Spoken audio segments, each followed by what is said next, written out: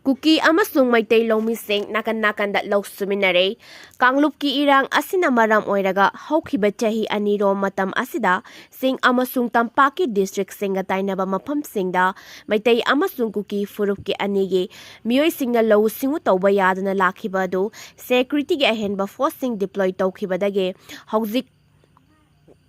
Kanglup anigi miyoi sing nakan-nakanda law suminnaba haure haire. Bisnupur district ke high canal da chahi humpurom suraba loumee ama Kuki militant singna nongmai kapsinduna attack tawrakraba matung high canal gi mathakta hauzik asi CRPF ke ahenba forcing deploy tawba haure haire. Masina maram oiraga Kanglup anigi miyoi sing law panaba haure. Kuki lalhauba sing kibadage masak maming takthokningdaba Kuki loumee amana phongdokhibada hauzik thokliba Kanglupki irang asina makhoida kham thengna awaba mayoknare adubu irang asi tamna hantarakle masina maram oiraga makoi lawfam singda sanguna hingnabagidamak law singu tawba haure hanadagi hauna khul thangana laiba Meitei khunja singnasu ningthina khangba ngaktani ningthina khangnaba ngaktani Meitei singna ekhoida attack tawraroi haibagi thajaba lei adubu mitop singna tawrakadra haibagi akibadi lei lawfam singda Kanglup animaki miyoi sing maning tamla law singu tawba yanaba security gi protection mathau tai haike. Iran da kayagi miyoi ani thauri yanuna sibagi cheirak pikhre. Iran lengang na exile mujahideen kale kayagi miyoi ani thauri yanuna sibagi cheirak pikhre hairi. Miyoi ani aduna miyamgi punsi amasung lanthum yauna lengaki senggot sagatpa singda yekai tingaiba pi haina mara siraduna thauri yanuna hatpagi cheirak adu pikhibani. Meherus Tarshani Islamelo amadi Mehdi Sahani kauba thauri yanuna sibagi cheirak pikhraba miyoi ani aduna IED sizinaduna misam miyam dalandaki haina Iran gi authority gi maikaidagi maral sirakti.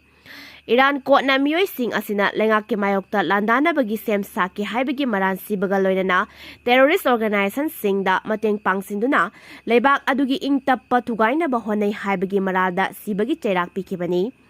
Miyoi ani aduna miyam tinba mafamda attack chathaduna misam miyamgi punsi mangnaba honabata natana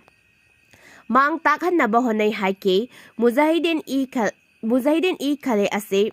Marxist Islamic group ama oiduna Iran gi monarchy gi mathakta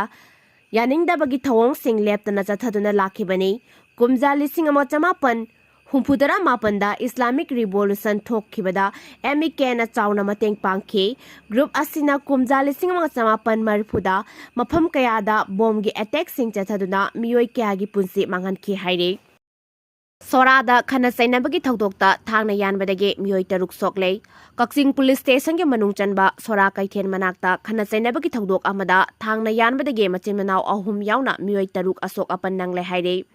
Thawdok thokpam amade police tagi fangba pawgi matung inna ngarang numidang waram pung 5:30 rom tarakpada khana sainabagi thawdok adu thokibani haire. Thawdok adu soklaba miyoi sing adudi sora sing wangmadagi makak mayum amar chahi kunipan apokpa MK khamba loinana Amargi manau nupa MK Akbar chahi kuntaruk amasung MK Asif chahi kunmarini atopanakan amagi asokpa sing aduna sorama manglaikai dige MD Anas Khan chahi kunmari apokpa MD Boyai amade Anas Khan ge apokpa M Iboyai chahi 95 amasung sora awang laikai dige MD Mustakim chahi kunni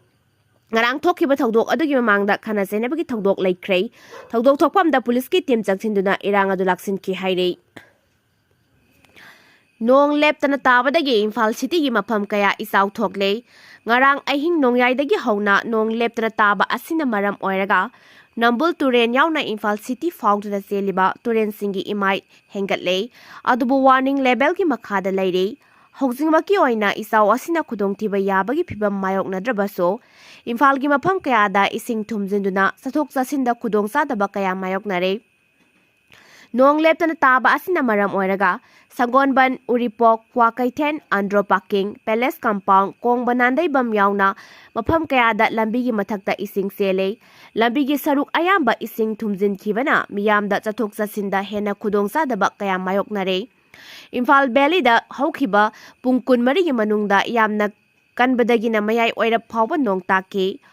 Official report amagi matung ina lakadoriba pung 12 ase Manipur gi sing amasung tampaki saruk ayambada pak sana nong taraba yai haire marak asida Water Resource Department gi report matung ina ngarang ahing nongyai nong leptana tarakhiba asina maram oiraga Impal Turen, Nambul Turen amasung Irin Turen gi imai ase ngasi ayuk pung 10 rom tabadagi hauna tapna hengalakle adubu flood level amasung warning level gi thak phawbadi yaudri haire